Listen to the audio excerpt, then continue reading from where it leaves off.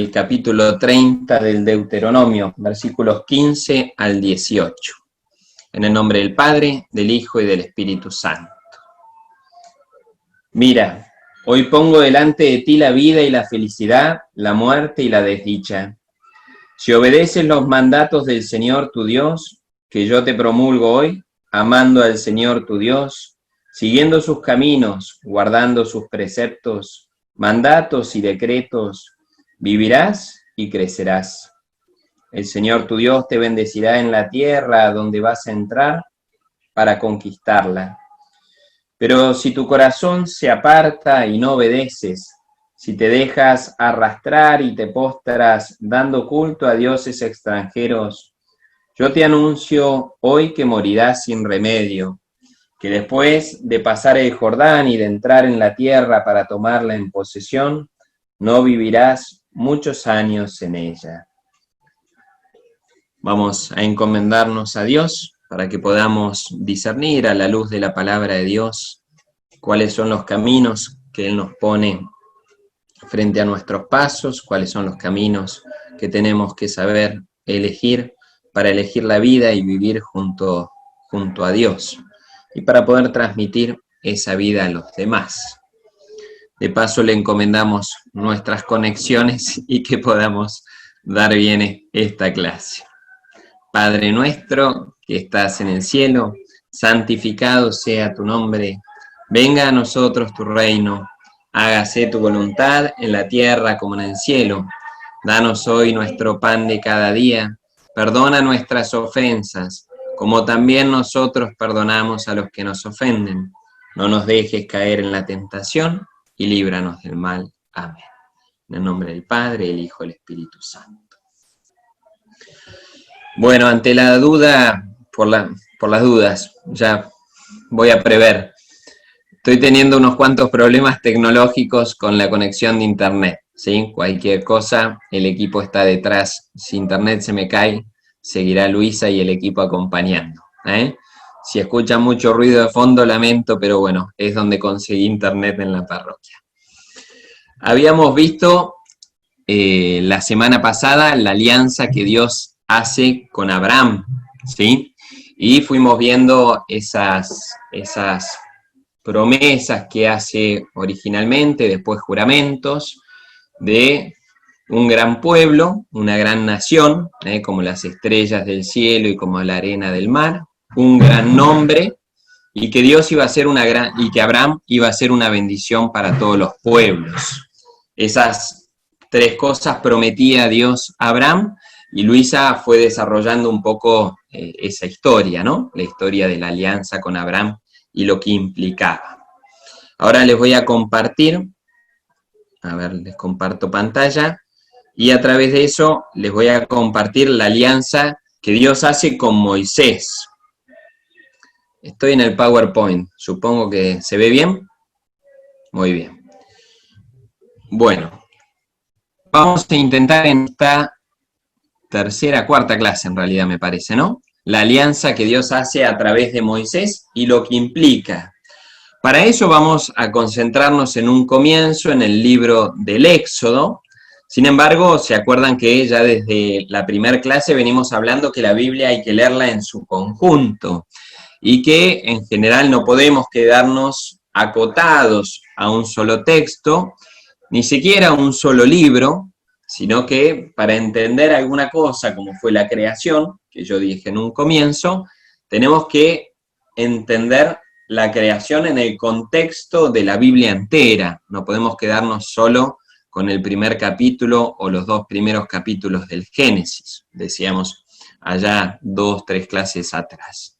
Lo mismo nos va a pasar con la alianza que Dios va haciendo a lo largo de los años, o que Dios hace con Moisés.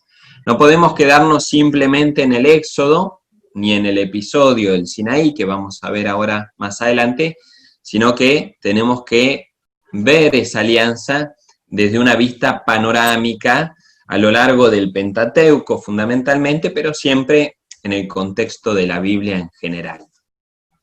Entonces vamos a leer ahí lo que dice la pantalla. Génesis 15, del 13 al 14. Yahvé dijo a Abraham: has de saber que tus descendientes serán forasteros en tierra extraña.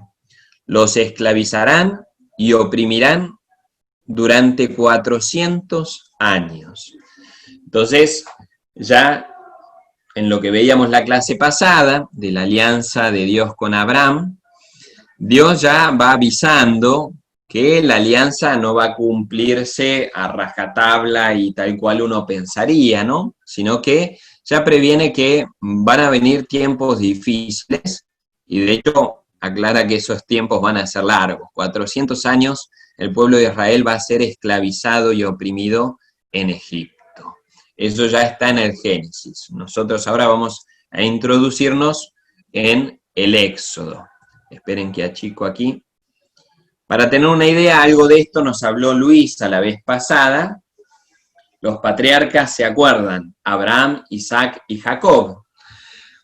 Jesús varias veces va a hablar de el Dios de nuestros padres. En general va a aparecer no solo Jesús, sino en toda la Biblia. El Dios de nuestros padres, el Dios de Abraham, el Dios de Isaac y el Dios de Jacob.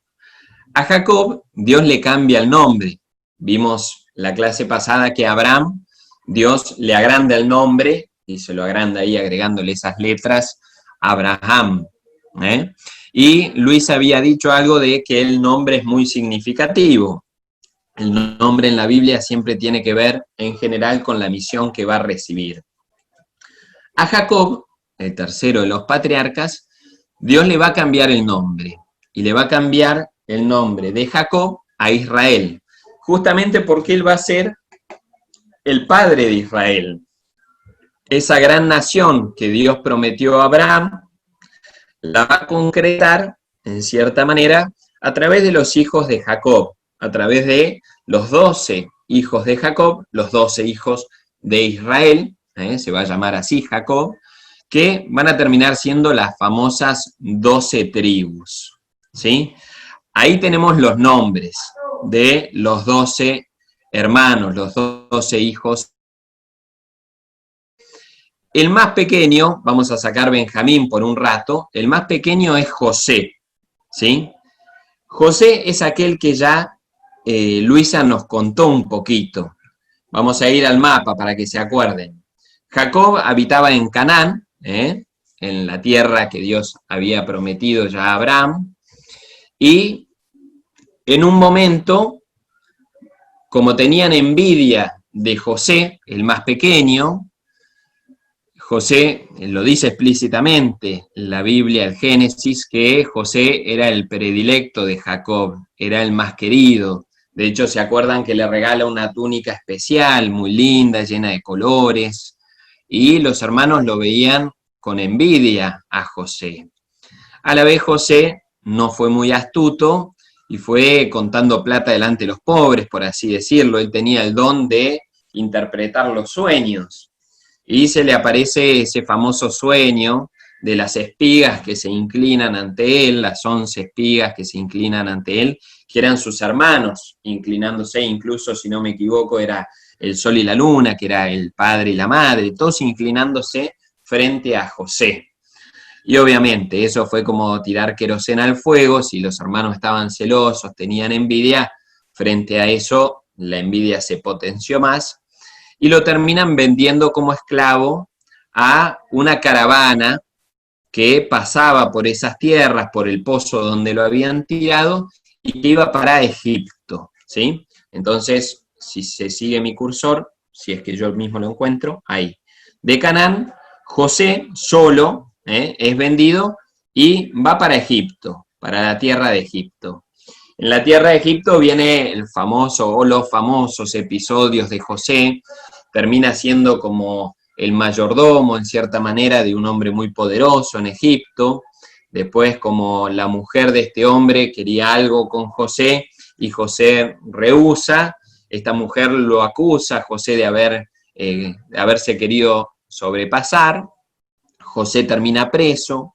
En la cárcel termina interpretando los sueños del copero y del panadero del faraón. Y, siguiendo la historia, bueno, termina a cargo, básicamente, del imperio egipcio. Estaba por arriba el faraón y después José. Y es así que en una época de hambre, las famosas 7 vacas flacas y 7 vacas gordas, las 7 espigas flacas y las 7 espigas con mucha semilla, interpretando ese sueño del faraón, vienen los 7 años de abundancia y los 7 años de sequía. En esos 7 años de sequía, los hermanos de José bajan a Egipto a buscar alimento, porque justamente José y los egipcios habían guardado granos durante los 7 años de abundancia, y es así que termina el pueblo de Israel, ¿sí? Las 12 tribus, con Benjamín, el hermano menor que había nacido cuando José estaba en Egipto, terminan viviendo en Egipto, ¿sí? Eso sintéticamente para tener una idea de lo que fue pasando en ese tiempo. ¿Cómo llegó el pueblo de Israel a Egipto? Bueno, gracias a José, gracias a su don de interpretar sueños y gracias, en cierta manera, a esos 7 años de aridez, de sequía en la tierra de Canaán, de Egipto y de todo el resto del mundo. Entonces, el Éxodo, en el capítulo 2, recién empezando el Éxodo, va a hacer referencia a esta historia de José. Y va a decir lo que tenemos ahí. Pasó mucho tiempo y mientras tanto murió el rey de Egipto, el faraón. Los israelitas, que gemían en la esclavitud, hicieron oír su clamor. Y ese clamor llegó hasta Dios, desde el fondo de su esclavitud. Dios escuchó sus gemidos y se acordó de su alianza con Abraham, con Isaac y con Jacob. Entonces dirigió su mirada hacia los israelitas y los tuvo en cuenta. Entonces fueron pasando esos 400 años que anuncia el Génesis, fue pasando el tiempo y ya los faraones dejaron de conocer a José y toda la historia y todo lo que José había hecho por su pueblo y se abocaron a esclavizar al pueblo de Israel, al punto de aquello que conocemos, ¿sí? El faraón que es el protagonista de la historia, en cierta manera, junto con Moisés, empieza a tener miedo de los israelitas. Los israelitas eran tantos que comienzan a temer que fueran tantos que fueran más poderosos que ellos y que se sublevaran y que los sometieran. Entonces, el faraón manda aquello que todos conocemos con las parteras, ¿no? Matar a los hombres, a los israelitas varones, y por eso la madre de Moisés esconde a Moisés cuando ya es un poquito más grande, va creciendo, lo escondió siendo un bebé, lo esconde en una canasta y lo tira en el río Nilo. Lo mete en el río Nilo y la canasta lo lleva hasta los pies de la hija del faraón que se estaba bañando en el Nilo, que lo adopta, lo educa y Moisés va creciendo de la mano, bueno, en la casa del faraón, por así decirlo.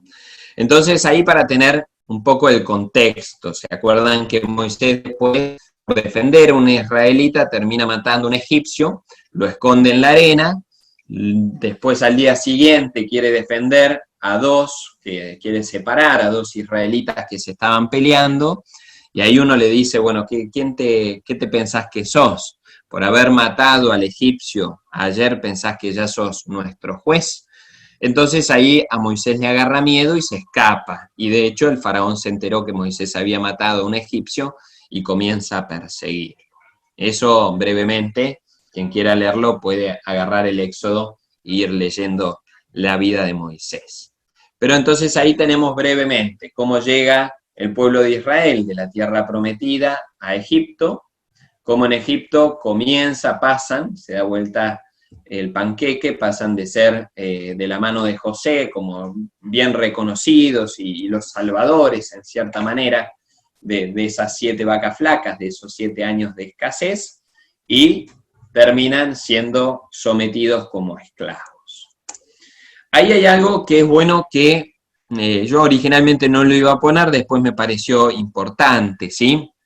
Recuerdan que Moisés ya está grande, ya tenía su ganado, estaba cuidando el ganado de su suegro, Jetro, y bueno, en un momento intentando encontrar una oveja descarriada que se había metido ahí entre las cuevas y entre las montañas, ve una zarza que está ardiendo, pero está ardiendo y no se consume. Y ahí es el famoso episodio en que Dios lo llama a Moisés. Dios lo llama a Moisés y le revela su nombre. Acá es importante, no voy a abundar demasiados detalles, pero es importante que nos detengamos, ¿sí? En el tetragrama sagrado, así se lo llama, son estas 4 letras sagradas para el pueblo de Israel. Yo algo ya mencioné en algún momento, el nombre, nosotros lo mencionamos, pero desde hace unos años el Papa Benedicto pidió no mencionar el nombre Yahvé en la liturgia, por respeto a los judíos. Los judíos no mencionan el nombre sagrado. Vieron que el segundo mandamiento es no tomar su santo nombre en vano. De hecho, tenemos algo que Luisa ya fue comentando, el hebreo no estaba originalmente vocalizado. Ahí ven solo consonantes en el nombre Yahvé, las vocales se fueron agregando después, pero en el nombre sagrado nunca se agregaron las vocales. ¿Para qué? Para que nadie lo nombrara, para que nadie por error lo leyera. Y después eso fue cambiando en transformar el nombre de Dios, Yahvé, por Adonai en la Biblia hebrea, Kyrios en la Biblia Septuaginta, la Biblia griega, Dominus en la Vulgata, que todo eso significa el Señor. Por eso puede ser que en nuestras Biblias católicas, muchos de ustedes, especialmente desde esto de Benedicto, que después leemos algo, en vez de que aparezca Yahvé o Jehová en algunas traducciones puede aparecer Jehová, en general no en nuestras Biblias. Jehová es una pronunciación de estas consonantes con una mala vocalización, ¿sí? Entonces, Adonai, Kyrios o Dominus, en la Vulgata es la traducción latina, bastante posterior, la traducción latina de la Biblia. Entonces, en vez de mencionar el nombre sagrado, se menciona el Señor, ¿sí?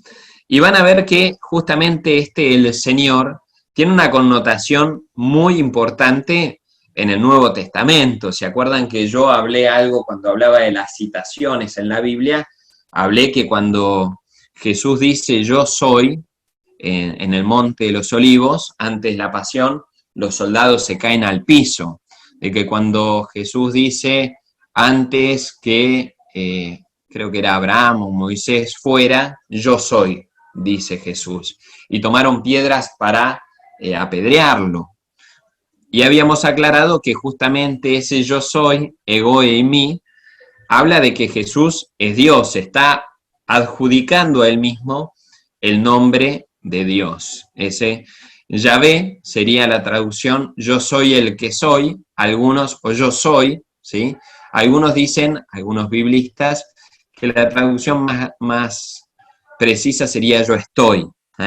Habría un montón de tela para cortar sobre esto, no vamos a darle mucha vuelta, pero bueno, recordemos que ese ego eimi, yo soy, en griego, es lo que Jesús se va adjudicando a sí mismo como signo de esa divinidad.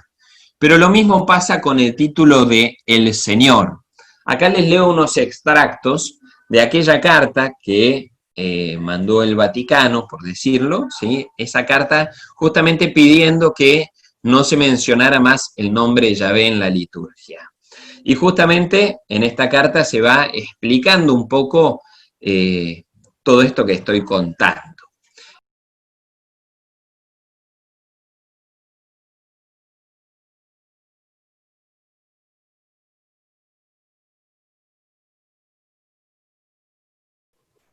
Está muteado, Patricio.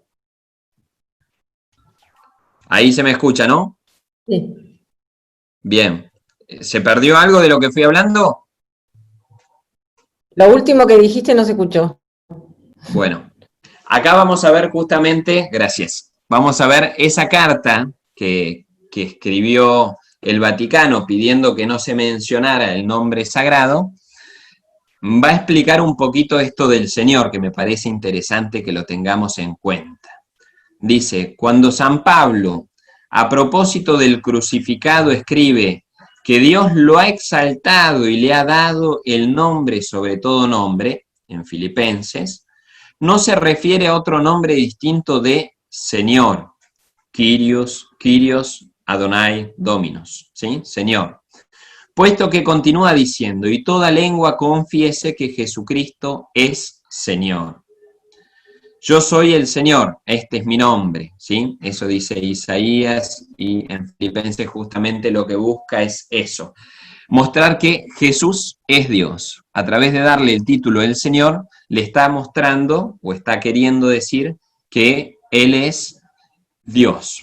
Continúa el texto. La atribución de este calificativo a Cristo resucitado corresponde precisamente a la proclamación de su divinidad. Decir que Jesús tiene el nombre de Señor es decir que Jesús resucitado es Dios.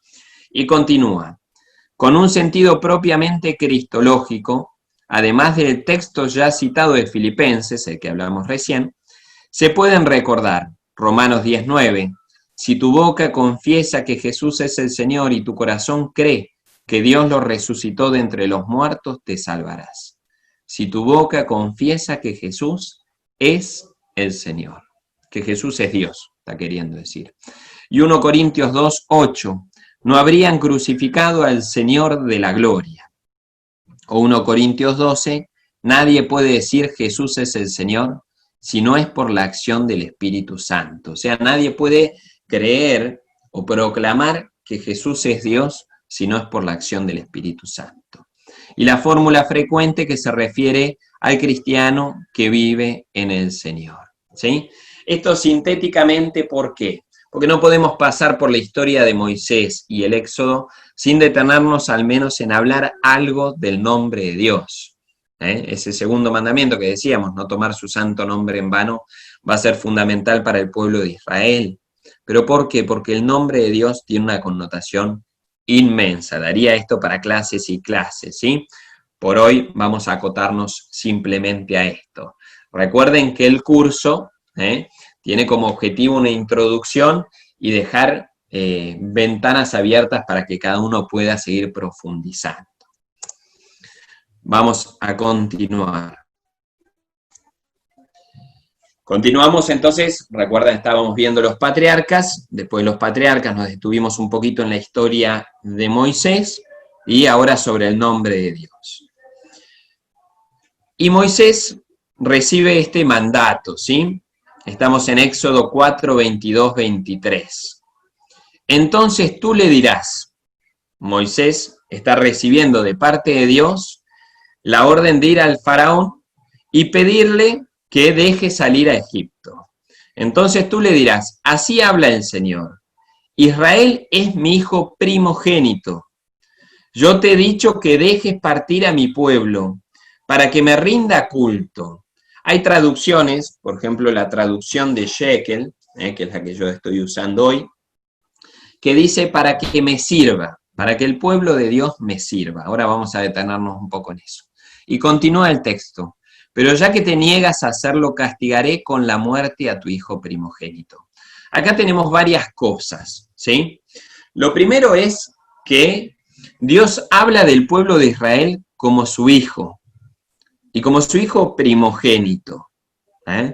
Recuerden que habíamos hablado, y por eso tengo ahí la siluetita de el hijo, ¿sí? Cuando hablamos de Génesis y de la misión y de la alianza de Adán, dijimos que lo primero era ser hijo, ¿sí? La primera misión era ser hijo. Entonces acá el pueblo de Israel está recibiendo aquella misión que había tenido Adán, ser hijo de Dios. Y justamente hablar del hijo primogénito nos hace acordar a lo que Luisa nos habló la semana pasada. ¿Cuál era el hijo primogénito? Isaac, aquel que iba a ofrecer su vida sobre el monte como alianza con Dios. Iba a ser Abraham, pero ya vimos con Luisa que bueno, que no era Abraham solo, sino que Isaac también se supone que estaba prestándose también, por así decirlo, a ese sacrificio. Entonces, Adán era el hijo primogénito. Adán fue el primer hombre. Isaac fue el hijo primogénito de Abraham y el famoso hijo primogénito en la Escritura.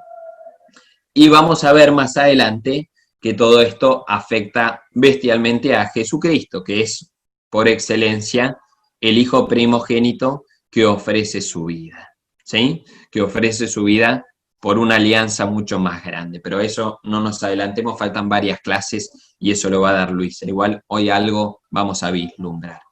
Entonces lo primero es, el pueblo de Israel recibe la misión de ser hijo, y es el hijo primogénito de Dios. Eso como un punto muy importante. Otro punto muy importante, y esto es fundamental, acá abran bien los oídos, en general el Éxodo lo vemos como una historia de liberación del pueblo de Israel para llegar a la tierra prometida. Y lo he visto en ese sentido, estamos leyendo bien. Sin embargo, hay una segunda lectura que va en paralelo y que va de la mano, que es justamente este rendir culto. Nosotros ya hablamos del Génesis, cuando hablamos del Génesis, y vimos que tenía una misión sacerdotal, Adán, justamente era por ese servir, cuidar y servir el jardín. Habíamos hablado que había varias traducciones, pero que una de las palabras era servir. Justamente este servir, no por nada, creo que es el libro del pueblo de Dios que lo traduce como me rindan culto. Si quieren cada uno ahora, vayan pispeando Éxodo 4, 22 al 23, a ver qué Biblia tienen y qué traducción dice. Pero muchos van a decir me rinda culto, y algún otro puede que diga me sirva. Justamente ese servicio es lo que nosotros entendemos como el servicio litúrgico, el rendir culto a Dios. Y vamos a ver que en el Éxodo hay toda una línea fundamental, que es lo que voy a desarrollar en esta clase, en la medida que el tiempo me lo permita, justamente la tarea de rendir culto a Dios, de poder glorificar a Dios, desde el culto y desde la vida, va de la mano, ¿sí? Ahí abajo tienen justamente la cita de Génesis 2:15, servir y cuidar el jardín. Era eso lo que le había pedido Dios a Adán, servir y cuidar el jardín. Ese servir es justamente, y en la nota de Génesis 2:15, por lo menos en algunas Biblias, va a hablar justamente que ese servicio es el servicio litúrgico, ¿sí? Entonces, de estos dos versículos sacamos que Israel recibe la misión de ser hijo y que Israel en el Éxodo está recibiendo una misión fundamental que es rendir culto. Para aquellos que no me crean, que puede pasar, vamos a revisar ahora juntos las siguientes citas. Éxodo 7:26. Vamos, Éxodo 7:26, 9:1, 9:13 y 10:3. Para los que no conocen, el Éxodo es el segundo libro de la Biblia. Génesis, Éxodo, así que empiecen de izquierda a derecha, el segundo libro. Vamos al Éxodo 7, versículo 26. Preséntate al faraón y dile, así dice el Señor, deja marchar a mi pueblo para que me rinda culto. ¿Sí? Preséntate al faraón y dile, así dice el Señor, deja marchar a mi pueblo para que me rinda culto. Éxodo 9:1. El Señor dijo a Moisés, preséntate al faraón y háblale. Así dice el Señor, Dios de los hebreos, deja salir a mi pueblo para que me rinda culto. 9:13. El Señor dijo a Moisés, mañana de madrugada preséntate al faraón y dile, esto dice el Señor Dios de los hebreos, deja salir a mi pueblo para que me rinda culto. 10:3. Moisés y Aarón se presentaron al faraón y le dijeron, esto dice el Señor, Dios de los hebreos, ¿hasta cuándo te negarás a humillarte ante mí y a dejar marchar a mi pueblo para que me rinda culto? Bueno, así que evidentemente, ¿sí? Luis había hablado la clase pasada de cómo es significativo, si no me equivoco, si no se me mezcla con otra cosa, pero me parece que lo había hablado Luisa, que en un texto es muy importante buscar las palabras que se repiten, ¿eh? Y que a veces hay palabras que se repiten mucho, ahora no me acuerdo en base a qué texto hablaba Luisa. Pero acá tenemos, a lo largo del Éxodo, este tema de rendir culto es evidente que es importante. Nosotros tal vez lo pasamos cuando leemos el Éxodo, si alguno leyó el Éxodo de corrido, lo pasamos como alambre caído, no le prestamos mucha atención. Sin embargo, justamente vamos a ver que este rendir culto a Dios es, en cierta manera, un hilo conductor fuertísimo del libro del Éxodo. Y acá hay un plus un poquito mayor, que es justamente que el culto no se negocia. ¿Qué quiere decir que el culto no se negocia? Vamos a ver que Moisés comienza a hacer una pulseada con el faraón, negociando, en cierta manera, dejar salir a Israel. Pero el negociar de Moisés es todo nada. Ahí tienen algunas citas, ¿sí? En Éxodo 8, 21 al 23, pasa lo siguiente. Moisés le pide al faraón salir de Egipto para rendirle culto a Dios, y el faraón le dice, bueno, les voy a permitir, pero no salir del país, sino que sea dentro del país. Vamos a leer el texto. Entonces el faraón mandó llamar a Moisés y a Aarón y les dijo, pueden ir a ofrecer sacrificios a su Dios, pero que sea dentro del país. Moisés respondió, esto no puede ser, porque los sacrificios que nosotros ofreceremos al Señor nuestro Dios son una abominación para los egipcios. Y si nos ven ofrecer sacrificios que ellos consideran abominables, nos matarán a pedradas. Haremos una marcha de 3 días por el desierto, y allí ofreceremos sacrificios al Señor nuestro Dios, conforme a lo que Él nos diga.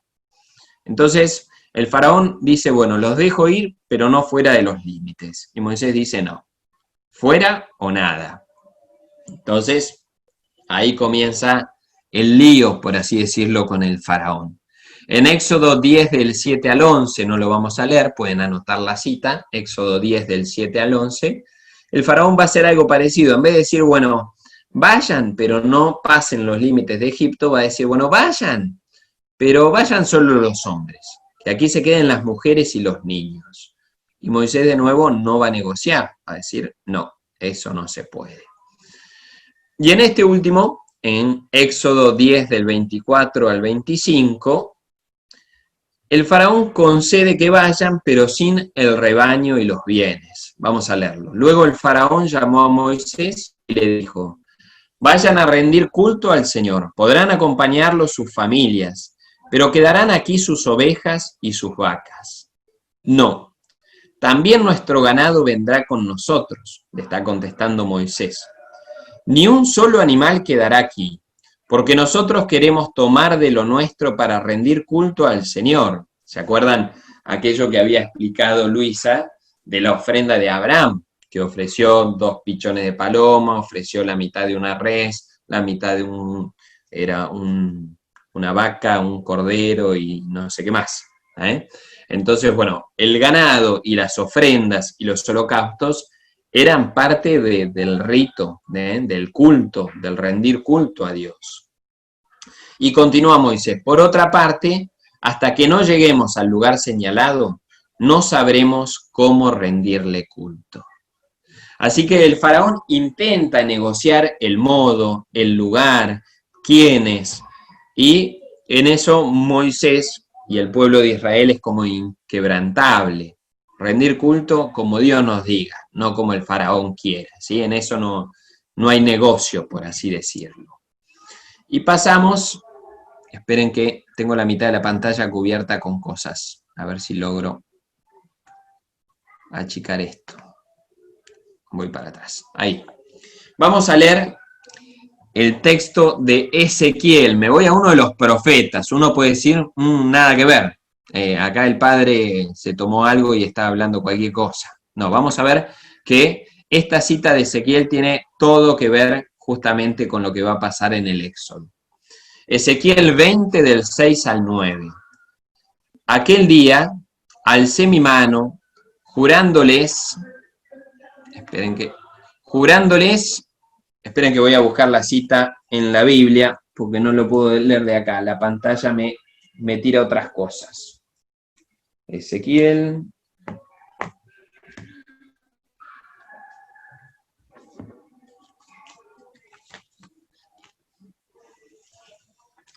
La paciencia todo lo alcanza. Ezequiel 20. 26 al 9. Aquel día les juré con la mano en alto sacarlos de Egipto y llevarlos a una tierra que yo mismo les había explorado. Manaba leche y miel. Era la perla de las naciones. Y les dije, arrojen sus detestables dioses que atraen sus miradas y no se contaminen con los ídolos de Egipto. Yo soy el Señor su Dios. Pero se rebelaron contra mí y no quisieron obedecerme. Ninguno arrojó los detestables dioses que atraían sus miradas, ni se deshizo de los ídolos de Egipto. Entonces pensé derramar mi cólera sobre ellos, para agotar en ellos mi ira en territorio egipcio. Pero actué por respeto a mi nombre, para que no fuera profanado ante los paganos con los que vivían y en cuya presencia me manifesté a ellos para sacarlos de Egipto. Entonces, ¿qué es lo que está pasando? Me quedan 2 minutitos y vamos a aprovechar para esto. Ezequiel está haciendo una revisión de la historia de Israel, y muestra justamente cómo el pedido de Dios al salir de Egipto, en realidad no era simplemente, bueno, ríndanme culto y nada más, sino que este rendir culto implicaba aún dejar de lado la creencia de otros dioses. El gran pecado a lo largo de la historia de Israel, en todo el Antiguo Testamento, va a ser la idolatría. Lo vamos a ver más adelante con los profetas, lo vamos a ver seguramente también con los reyes, como Salomón y hasta David y varios otros fueron cayendo en la idolatría, en terminar dando servicio, rindiendo culto a dioses extranjeros, los famosos Baales, que van a ser muy importantes en la época de los profetas. Entonces, cuando Dios libera al pueblo de Israel de Egipto, en realidad lo que le está pidiendo al decirle que salga de la tierra para rendir culto, va a ser fundamentalmente que deje los dioses extranjeros y que sea fiel a Dios, al Dios de Israel, al Dios de nuestros padres, Abraham, el padre Abraham, Isaac y Jacob. Entonces, de fondo, en este rendir culto, va a estar rendir culto a un solo Dios. El monoteísmo va a ser una piedra angular en la fe del pueblo de Israel, pero va a ser la gran tentación para el pueblo de Israel. Como estamos en 7:45, vamos a hacer 5 minutos de descanso y volvemos, ¿sí? Bueno, decíamos entonces que a lo largo del Éxodo y a lo largo de la historia de Israel, de una manera muy fuerte, pero en el Éxodo bien en concreto, lo que se está pidiendo con este rendir culto es poder creer en Dios y solo en el Dios de Israel, e ir dejando de lado los dioses paganos. De hecho, leemos lo que está ahí abajo del dibujito, ¿sí?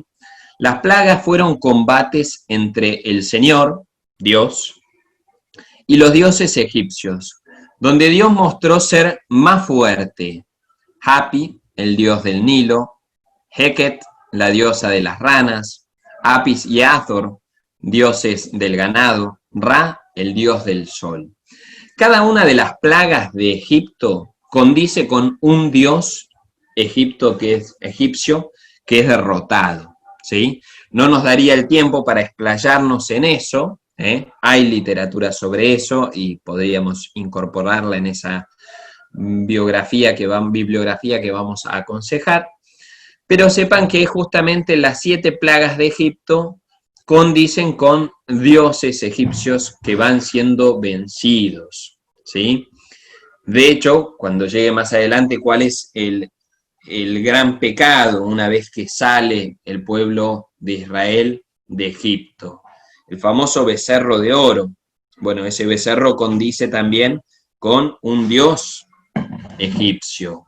Y justamente vamos a ver, ahora en un ratito, la gran tentación del pueblo de Israel es una y otra vez querer volver a Egipto, recordar las cebollas de Egipto. Recordar las cebollas de Egipto no es simplemente el hambre que pasó el pueblo de Israel en el desierto, sino recordar las cebollas de Egipto es querer volver al pasado, querer volver a la esclavitud. Y no solo una esclavitud de pirámides o una esclavitud de tener cadenas, sino una esclavitud fundamentalmente, que es la esclavitud del pecado y del gran pecado en el Antiguo Testamento, que es, y en el Nuevo también podríamos decir, que es la idolatría. Así que, simplemente para sintetizar la idea, las 7 plagas de Egipto simbolizan 7 batallas que se libran entre el Dios de Israel y los dioses egipcios, donde, si recuerdan, finalmente, después de cada plaga, el faraón termina cediendo y diciendo, bueno, está bien, váyanse, después se arrepiente y vuelve para atrás. Pero en esas 7 batallas, siempre el que gana es el Dios de Israel. Vamos a continuar. Estos son extractos, ¿sí?, de El espíritu de la liturgia. Es un librito de 100 páginas, más bien un apunte, podríamos decir, de Ratzinger también, donde los primeros capítulos habla justamente de esta visión del Éxodo desde el rendir culto. Es muy interesante. Y él dice lo siguiente: en la medida en que se pierde su presencia, la presencia de Dios en el pueblo de Israel, también se pierde interiormente la tierra, hasta llegar a la expulsión y el exilio. Ya vamos a hablar más adelante de lo que es el exilio en Babilonia. Pero fue justamente no confiar en el Dios de Israel, hacer alianzas y pactos con pueblos extranjeros y terminaron perdiendo la tierra prometida y yendo al exilio. Entonces volvemos. En la medida en que se pierde su presencia, también se pierde interiormente la tierra hasta llegar a la expulsión y el exilio. Siempre que Israel reniega del culto verdadero a Dios, siempre que se aleja de él para consagrarse a los ídolos, los poderes y valores intramundanos, decae también la libertad. Puede estar viviendo en su propia tierra y sin embargo estar como en Egipto. Vamos a ver que no siempre, como lo fue en el exilio de Babilonia, no siempre el alejarse de Dios implicó perder la tierra, pero interiormente era ser esclavos a pesar de que estuviesen en la tierra prometida. Pero en esta tierra, la tierra prometida, el culto al Dios verdadero y la idolatría van a ser como engranajes que cuando uno sube el otro baja, cuando uno sube el otro sube. Vamos a tener que ir leyéndolos en esa dinámica, en esa sintonía, ¿sí? Y vamos a leer a continuación aquí, el texto primero del Éxodo 12, del 5 al 7, eso los tenemos todos en nuestras Biblias, que es la famosa Pascua, cuando va a pasar el pueblo de Israel la noche de la Pascua, cuando van a morir los primogénitos. Cualquier resonancia es significativa. Los primogénitos iban a morir, tanto de los animales como de las familias. Y el ángel exterminador iba a pasar de largo en las casas donde estuviese la sangre del cordero untada en la puerta. Insisto, cualquier resonancia no es pura casualidad. Dice así el texto: elijan un animal sin ningún defecto, macho y de 1 año. Podrá ser cordero o cabrito. Deberán guardarlo hasta el 14 de este mes, y a la hora del crepúsculo lo inmolarán toda la asamblea de la comunidad de Israel. Después tomarán un poco de su sangre y marcarán con ella los 2 postes y el dintel de la puerta de la casa donde lo coman.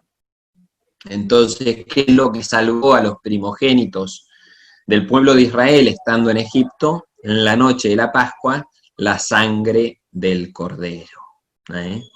Un cordero, esto da también para hablar y hablar, la carta a los Hebreos va a desarrollar mucho este tema sacerdotal y de la ofrenda y de Cristo como ofrenda y Cristo como sacerdote, justamente a la luz de todas estas cosas.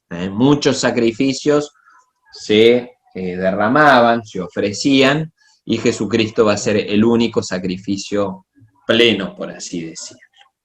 Y continúa diciendo Ratzinger, ¿sí? Me parece significativo el hecho de que tanto el Génesis, aquello que nos habló Luisa la semana pasada, como el Éxodo, sitúen en el comienzo de la historia del culto dos acontecimientos en los que se alude a la problemática de la representación de forma explícita.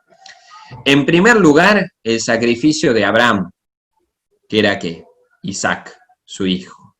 El segundo acontecimiento es el que está en la base de la institución de la liturgia pascual, en Éxodo 12. Recuerden que la Pascua ya es del Antiguo Testamento, la Pascua judía, que va a ser la cena que va a estar celebrando Jesús, según el Evangelio, según San Juan, según los sinópticos, en el Nuevo Testamento, ¿sí? Entonces, justamente este cordero va a ser el que va a liberar de la muerte de los primogénitos del pueblo de Israel en la noche de la Pascua. Son todas cosas más que significativas que van unidas en este hilo conductor que es el culto, y el culto a el único Dios, que es el Dios de Israel. Entonces aquí, para que veamos, ¿sí? No vamos a detenernos en todos estos pasajes, no nos daría la vida, pero para que veamos ciertas cosas que en el Éxodo, ¿sí? Van a ser bestialmente significativas vistas desde el Nuevo Testamento. El cruce del Mar Rojo, en Éxodo 24. El hambre en el desierto, ¿sí? ¿Se acuerdan que ese Éxodo 24 está mal? Debe ser Éxodo 4, después lo podemos revisar, ¿sí? El cruce del Mar Rojo, supongo, evidentemente el cruce es antes que el hambre y que la sed. Debe ser Éxodo 24, 4 o 14, después lo reviso. El hambre que sufre el pueblo de Israel en el desierto y la sed que sufre el pueblo de Israel en el desierto. Y se acuerdan que hay un episodio muy significativo en que el pueblo de Israel peca hablando contra Moisés y hablando contra Dios, y Dios les manda las serpientes que los pican, y Moisés intercede frente a Dios por el pueblo de Israel. Y Dios les da el mandato de construir una serpiente de bronce, está ahí abajo el dibujito abajo a la derecha, y que el que sea picado por una serpiente, solo con mirar la serpiente de bronce, va a ser sanado. Bueno, todo esto va a hallar una relectura a la luz de Jesucristo. En esa vamos a ir por orden, ¿sí? Esa 1 Corintios 10 del 1 al 6 la tengo a continuación, vamos a leerla. Porque no deben ignorar, hermanos, que todos nuestros padres fueron guiados por la nube. Recuerden que el pueblo de Israel era guiado por una nube, que donde descendía la nube, el pueblo de Israel se quedaba. Y no avanzaba la marcha hasta que esa nube se levantara y caminara, ¿sí? Y se desplazara. Entonces ellos iban siguiendo esa nube que era la gloria de Dios, era la presencia de Dios que iba guiando al pueblo de Israel. Y se acuerdan que también en el Éxodo, cuando están saliendo de Egipto y el faraón se arrepintió y mandó las tropas, había una nube entre el ejército egipcio y el pueblo de Israel que los liberaba. De esa nube nos está hablando. Porque no deben ignorar, hermanos, que todos nuestros padres fueron guiados por la nube. Y todos atravesaron el mar, y para todos la marcha bajo la nube y el paso del mar fue un bautismo. Todo esto dice San Pablo en la primera carta a los Corintios. Fue un bautismo que nos unió a Moisés. También todos comieron la misma comida y bebieron la misma bebida espiritual, el famoso maná en el desierto, y hay un momento también que es muy importante en el que Moisés hace brotar agua de la roca. Hablando de esa comida y de esa bebida. En efecto, bebían con el agua de una roca espiritual que los acompañaba, y esa roca era Cristo. A pesar de esto, muy pocos de ellos fueron agradables a Dios, porque sus cuerpos quedaron tendidos en el desierto. Todo esto aconteció simbólicamente para ejemplo nuestro. Esto es lo que se llama una mirada tipológica, una lectura tipológica, donde vamos viendo en muchísimas cosas del Antiguo Testamento, muchísimas realidades, personas, la roca, el agua, el hambre, la sed, la nube, el cruce del Mar Rojo, todo a la luz de Jesucristo encuentra un sentido mucho más pleno. Si lo miramos desde Jesucristo, entendemos cómo el Antiguo Testamento estaba prefigurando muchísimas cosas que en Cristo iban a encontrar su sentido más pleno. ¿Sí?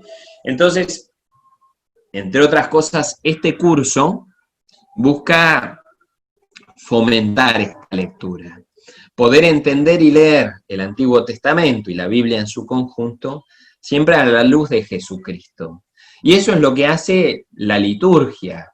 De hecho, si vamos, la liturgia y la Biblia, ¿no? Si volvemos para atrás, esperen que vuelvo para atrás, si vamos a Juan 3, el Evangelio según San Juan, capítulo 3, versículo 13 al 17, la misma Biblia va a estar mostrando ese tipo de lectura. Nadie ha subido al cielo si no es el que bajó del cielo, el Hijo del Hombre. Como Moisés en el desierto levantó la serpiente, así ha de ser levantado el Hijo del Hombre, para que quien crea en él tenga vida eterna. ¿Sí? Jesús mismo está hablando de que él debe ser levantado en alto, como fue levantada en alto la serpiente en el desierto. Así que Jesús mismo nos está ofreciendo esa mirada tipológica, esa mirada que encuentra su plenitud a la luz de Jesucristo. Ahora vamos a avanzar un poquito, ¿sí? ¿Cuál es la alianza? Recordemos que todo este lío que vengo hablando hace más de 45 minutos es para adentrarnos en la alianza que Dios hace con Moisés, o a través de Moisés con el pueblo de Israel. ¿Dónde hace esa alianza? Hace esa alianza en el monte Sinaí, ¿sí? Hace esa alianza en el monte Sinaí. De hecho, en Éxodo 19 leemos lo siguiente, versículos 4 al 6. Ustedes han visto cómo traté a Egipto y cómo los conduje sobre alas de águila, a ustedes, al pueblo de Israel, y los traje hasta mí. Ahora, si escuchan mi voz y observan mi alianza, serán mi propiedad exclusiva entre todos los pueblos, porque toda la tierra me pertenece. Ustedes serán para mí un reino de sacerdotes y una nación que me está consagrada. Antes habíamos visto que Dios está llamando al pueblo de Israel mi hijo primogénito, cuando primero hablaba con el faraón. Deja salir a mi hijo primogénito de Egipto para que me rinda culto. Entonces, aquella primera carita, este dibujo de abajo, con el muchachito sonriente y resplandeciente, era justamente lo que habíamos visto con Adán, el ser hijo. Ya vimos que el pueblo de Israel es el hijo primogénito de Dios. Ahora se agrega que es un reino, por tanto es un rey, ahí tenemos la estampita de la derecha, por así decirlo, con la corona, pero un reino de sacerdotes, ¿sí? Entonces ya tenemos 3 al menos de esas 5 alianzas, de esas 5 tareas que implicaba la alianza con Adán.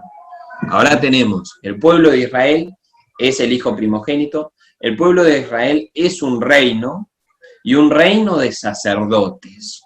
Entonces ya en el pueblo de Israel, todo aquello que era tarea para Adán, ahora está haciendo tarea para el pueblo de Israel.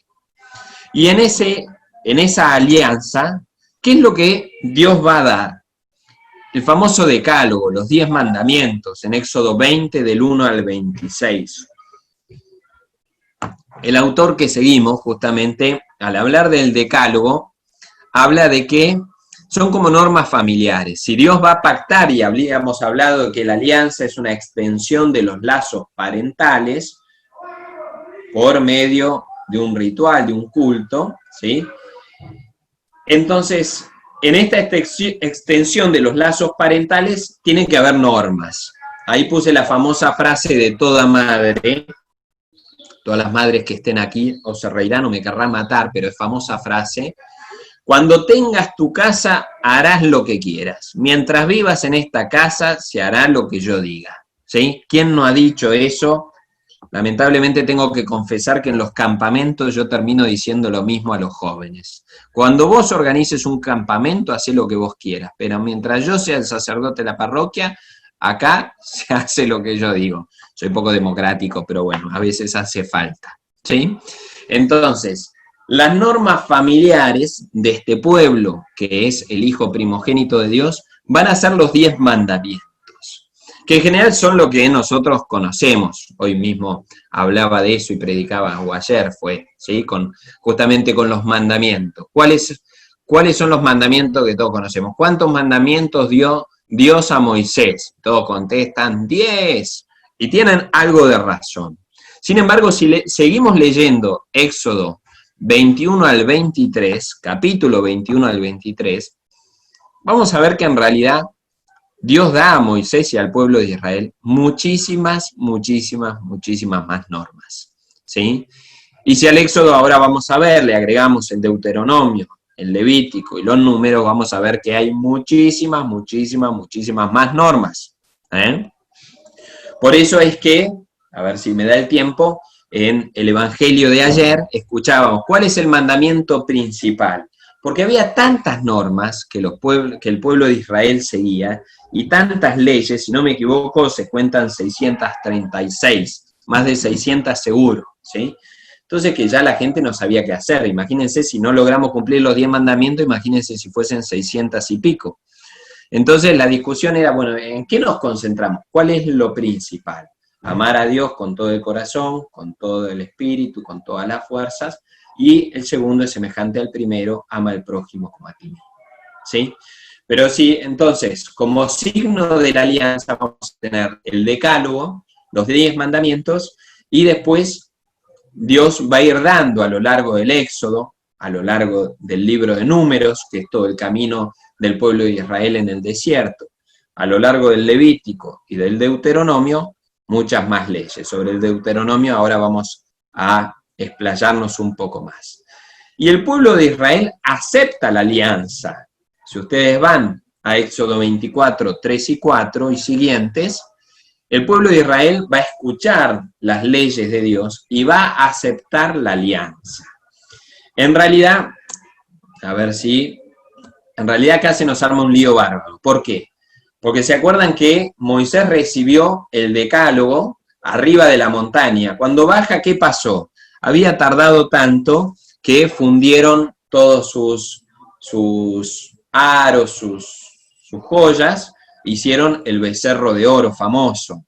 Ahí Moisés tira las tablas de la ley, se enoja, arde Troya, se arma un lío bárbaro, y termina finalmente Moisés intercediendo, haciéndola más corta, pero intercede, vuelve a subir y vuelve a tener las tablas de la ley. Entonces ahí tenemos en realidad una alianza que Dios hace con Moisés, y enseguida no llega a bajar de la montaña, que ya estaba rota la alianza, porque el pueblo de Israel había sido infiel, esto que habíamos hablado, terminaron en la idolatría de nuevo. Y podemos englobar esas dos alianzas, esas 4 tablas del decálogo, 4 tablas porque fueron borrón y cuenta nueva, en una primera alianza que Dios hace con Moisés. Vamos a ver esto también sacado del mismo libro que les cité de Ratzinger, ¿sí? Hablando justamente del culto, cómo va unido a la moral individual, que son esos 10 mandamientos, si se quiere, y cómo va unido al orden jurídico, que son todas esas leyes que vienen posteriormente, en los capítulos 24 en adelante del Éxodo, justamente para darle orden. No es solo vos cumplí tu moral individual, sino que el pueblo tiene que tener un orden jurídico. Dice Ratzinger, el culto, la liturgia propiamente hablando, forma parte de esta adoración, ¿sí? Pero también, esperen que muevo esto, la vida conforme a la voluntad de Dios constituye una parte imprescindible de la adoración verdadera. O sea, no puedo tener una dicotomía entre el culto y la vida personal. En última instancia, la verdadera adoración a Dios es la vida misma del hombre. El hombre que vive rectamente, pero la vida es vida verdadera cuando nos dejamos configurar por Dios apoyando la mirada en Él. El culto existe para encauzar esa mirada y de ese modo dar la vida que va a consistir en honrar a Dios. O sea, lo que está diciendo Ratzinger y lo que está mostrando el libro del Éxodo es que el culto es lo que nos ayuda a encauzar, es lo que nos ayuda a centrar la mirada en Dios. Y centrando la mirada en Dios podemos vivir fieles a la alianza individualmente y como pueblo. No podemos, vieron que a veces nos pasan dos cosas. Tenemos la gente que dice, Padre, yo creo en Dios, yo vivo los mandamientos, pero ir a misa y todo eso no me va. ¿Sí? Eso, el caso A. Y tenemos el contrario, el que está 24 horas en misa, reza 20 rosarios, va a misa domingo, lunes, fiesta de guardar y hasta varias veces por día, y después es un desastre en su vida personal. El que dice culto sí y vida moral no, y el que dice vida moral no y culto sí. Obviamente nadie lo expresaría así, pero en que en su vida lo está haciendo. Bueno, lo que nos está mostrando el Éxodo es que todo tiene que estar unido, que el culto nos ayuda a centrar la mirada en Dios, y centrando la mirada en Dios, obtenemos la gracia y la fuerza para vivir santamente y para vivir justamente, tanto individualmente como sociedad. Entonces, todo va junto. Continúo, podríamos quedarnos en eso. Alguien comentaba recién, padre, todavía tenemos la tentación de caer en la idolatría, en el dinero, en no sé cuántas cosas más. Bueno, justamente, todo este curso de Biblia es para que nosotros podamos meditar interiormente, no solo para saber más de la Biblia, sino para poder vivir más santamente y para poder encontrarle el sentido a nuestra vida. ¿Por qué nos invitan a ir a misa, la iglesia, a misa los domingos? Bueno, para poder estar más centrados en Dios y porque necesito salir de mí mismo. Justamente hoy tenemos como evangelio esa mujer que estaba encorvada sobre sí misma. Y es Jesús la que logra, le desata esa atadura que tenía del demonio de estar como centrada en sí mismo y puede mirar más allá. Bueno, ese mirar más allá es poder encontrarse con Jesús. Era una mujer que se miraba el ombligo, por así decirlo, y de golpe se encontró con Dios y con los demás. Es la invitación, dicho de otra manera, pero que nos está haciendo el Éxodo, ¿sí?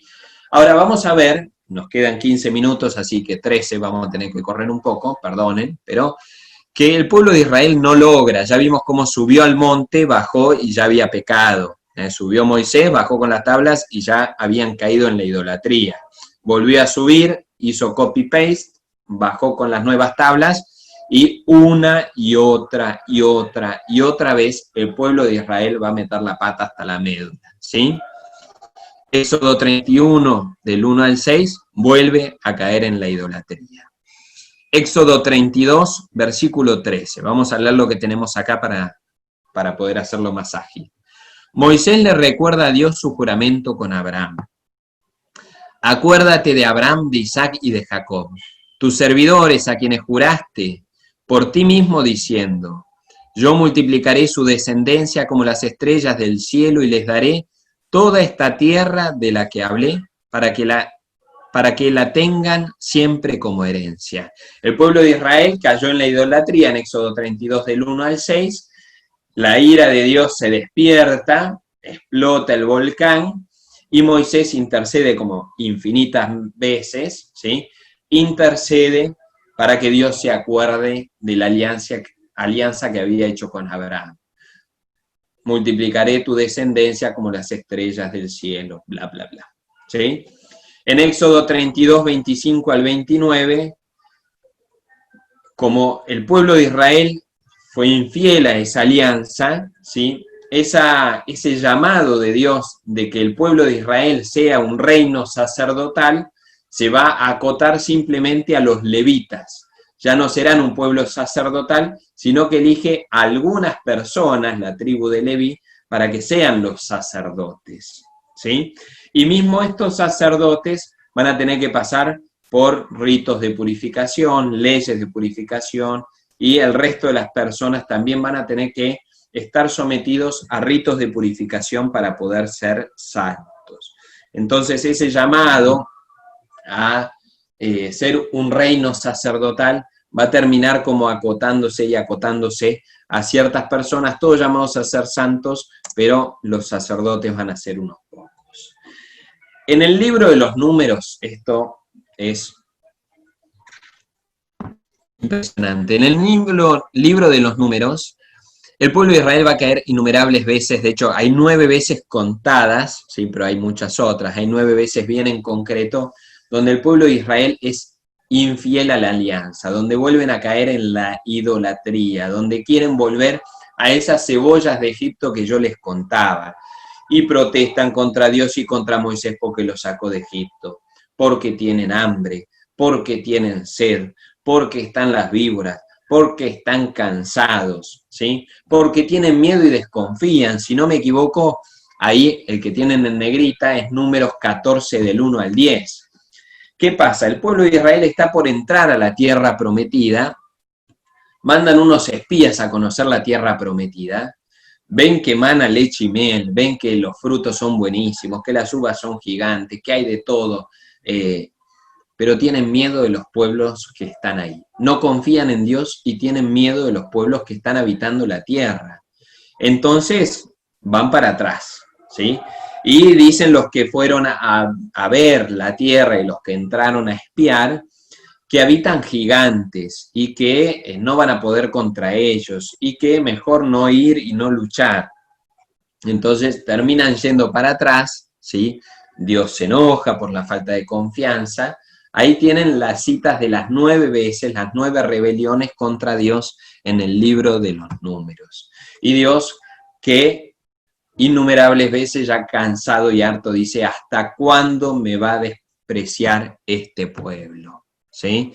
Entonces, ¿qué pasa? Con esta alianza que Dios hizo de los 10 mandamientos, del decálogo, de la ley, se rompe infinitamente. Estas 9 veces, una y otra vez caen en la idolatría, entonces Dios va a bajar un poquito la vara y les va a dar el Deuteronomio. Deuteronomio significa segunda ley, ¿sí? En el Sinaí hubo 2 leyes que sintetizamos, el decálogo con el borrón y cuenta nueva, esa tirada de las tablas y vuelta a copiar, que la sintetizamos como una primera alianza, y viene una segunda ley, ¿sí? El Deuteronomio, segunda ley, que va a ser 40 años después de la salida del Éxodo. Y eso es el libro del Deuteronomio. El libro del Deuteronomio es Moisés haciendo una inmensa homilía. Si uno agarra el libro del Deuteronomio y lo lee, es un eterno monólogo, eterno no, pero tiene unos cuantos capítulos, un largo monólogo de Moisés a su pueblo, donde justamente ese monólogo es la segunda ley, y donde Dios baja un poco la vara. Vieron que, no vamos a leer los textos porque no nos da el tiempo, pero vieron que en el Nuevo Testamento, pueden ver ahí Mateo 19, 8, o mismo en el Antiguo, Ezequiel 20, 25, tenemos ahí la cita, incluso llegué a imponerles preceptos que no eran buenos y leyes que no dan la vida, ¿sí? Dios le está hablando al pueblo de Israel diciendo, bueno, con Moisés, en el Deuteronomio, incluso llegué, ustedes quebraron tantas veces las leyes que ya les di leyes que no eran buenas, que de por sí no eran buenas, pero al menos no eran tan malas como las cosas que ustedes hacían, si era el mal menor, se llama moralmente. ¿Por qué? Y porque ustedes no estaban aptos, no lograron hacer el bien, entonces buscamos que hicieran el mal menor. No logramos que vivan en este grado de santidad, bueno, al menos que no hagan macanas tan grandes, ¿sí? Ahí si ven en Mateo 19, 8, cuando se habla de la separación, del adulterio, ¿sí? Del divorcio en realidad, va a decir, ¿y por qué Moisés nos dio estas leyes, la ley del divorcio? Y va a decir, a causa de la dureza del corazón de ustedes, le va a decir Jesús, ¿sí? Y en Gálatas 3 al 19, justamente está hablando de la función de la ley. Y dice, entonces, ¿para qué es la ley? Fue añadida en razón de las transgresiones hasta que llegase la descendencia a quien iba destinada la promesa. O sea, se está viendo que el Deuteronomio es como un parche, dicho en cierta manera. Es como, bueno, la vara estaba acá, se la llevaron todos puestos en la frente, entonces bajamos un poquito la vara para que con la segunda ley pudiésemos por lo menos subir un escalón. No logramos subir el escalón hasta acá, bueno, entonces pusimos un escalón intermedio para que a causa de la dureza del corazón ustedes pudiesen responder, ¿sí? Y esto para terminar, algo que va de la mano con esto, si esto es un añadido mío, a mí me encanta este texto, Juan 21 del 15 al 19, no se asusten, que está en griego justamente para mostrarles algo de lo que voy a hablar ahora. ¿Vieron cuando las tres profesiones de fe de Pedro, una vez que ella lo negó 3 veces, Cristo resucita, se lo encuentra en la playa, en la orilla del lago, y 3 veces le pregunta, ¿me amas? Vamos a leerlo. Juan 21 del 15 al 19. Voy rápido, disculpen, pero... Cuando terminaron de comer, dice Jesús a Simón Pedro, Simón hijo de Juan, ¿me amas más que estos? Y él respondió, sí Señor, tú sabes que te quiero. Acá en realidad la traducción de Shekel dice, ¿me quieres más que estos? Él responde, sí Señor, tú sabes que te quiero. Jesús le dijo, apacienta mis corderos. Le pregunta por segunda vez, Simón hijo de Juan, ¿me quieres? Él responde, sí Señor, tú sabes que te quiero. Jesús le dice, apacienta mis ovejas. Por tercera vez le pregunta, Simón hijo de Juan, ¿me quieres? Pedro se entristeció de que le preguntara por tercera vez si le quería y le dijo, Señor, tú lo sabes todo, tú sabes que te quiero. Ahí ustedes tienen en negrita que en realidad cuando Jesús está preguntando, ¿me quieres? Está preguntando, ¿me amas? Ahí habla del amor que es el ágape, ¿sí? Está hablando de un tipo de amor. Un amor más excelso. Y Pedro le contesta filo, filó, que es como si dijera, en realidad la traducción podría ser, Simón, hijo de Juan, ¿me amas? Y Simón que le contesta, tú sabes que te quiero, como diciendo, ya te negué 3 veces, por lo menos no estoy tan ducho para decir que te amo, pero te quiero. Después Jesús le preguntó de nuevo, agapás, ¿sí? ¿Me amas? Y Pedro le volvió a contestar, Señor, tú sabes que te quiero. Y después le preguntó por tercera vez, ¿me quieres? Y Simón le contestó, Señor, tú lo sabes todo, tú sabes que te quiero. Acá se puede ver, en un texto del Nuevo Testamento, en el Evangelio según San Juan, cómo está aceptar humildemente ese no poder. Sabemos, me quedan 3 minutitos, sabemos que sabemos que caemos en el pecado, ¿sí? Hasta el justo peca 7 veces al día, dice la palabra de Dios. Nosotros, por más que no queramos el pecado, sabemos que está siempre acechándonos y caemos en la tentación. Bueno, Dios sabe de nuestra fragilidad, sabe de nuestra pequeñez, y aún así nos sigue eligiendo y sigue haciendo alianza con nosotros. Y a veces hasta, si bien nos invita, porque está el mandamiento nuevo, ámense los unos a los otros como yo los he amado, nos invita a amar con su amor y nos invita a subir la vara. Bueno, Él sabe que a veces no estamos en esa condición y Él mismo nos toma en sus brazos y nos lleva. A veces como que baja la vara y a veces como que nos eleva Él mismo. Entonces, realmente para terminar, ¿no?